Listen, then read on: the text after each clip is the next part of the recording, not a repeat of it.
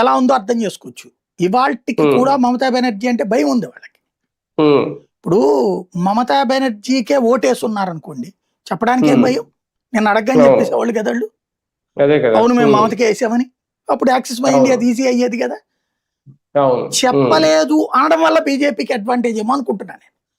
ఎందుకంటే బీజేపీకి వేసామని చెప్తే రేపు పొద్దున బీజేపీ ఓడిపోతే గనక వీళ్ళు క్రిందసారి మర్డర్లు చేశారు, లేకపోతే అవమానించారు, రేపులు చేయించారు నడి రోడ్డు మీద, అలాంటి అరాచకాలు చేస్తారన్న భయంతో చెప్పలేదేమో నిన్న.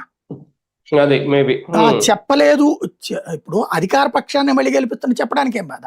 బీజేపీ తట్ట కొట్టిన సందర్భాలు లేవు ఏ రాష్ట్రంలో, తమకు ఓటేయలేదని చెప్పేసి. అదే అటు సమాజ్వాదీ వాళ్ళు అట్టంటే అరాచకాలు చేశారు, ఇటు తేజస్వి యాదవ్ వాళ్ళు అట్టంటే అరాచకాలు చేశారు, స్టాలిన్ వాళ్ళు చేశారు, మమతా బెనర్జీ చేశారు. ప్రాంతీయ పార్టీలు ఎట్లాంటి అరాచకాలు జరుగుతాయి గ్రౌండ్ లెవెల్లో.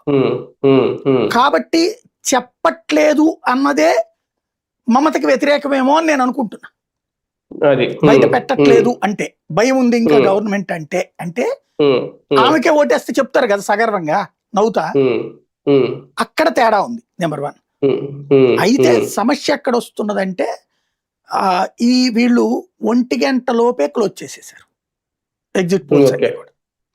కొంతమంది అయితే ఇంట్లో కూర్చుని రాసేసి